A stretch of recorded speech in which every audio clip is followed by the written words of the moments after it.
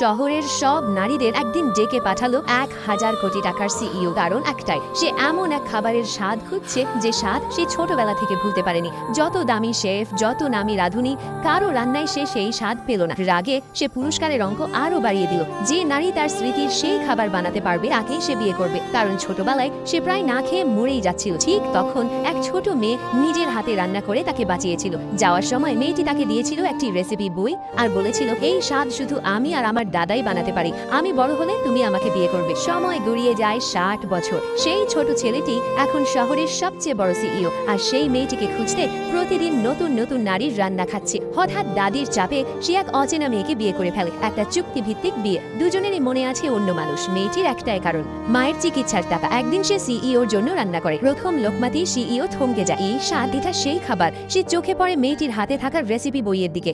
একদম হুবহু তার স্মৃতি সেই বই।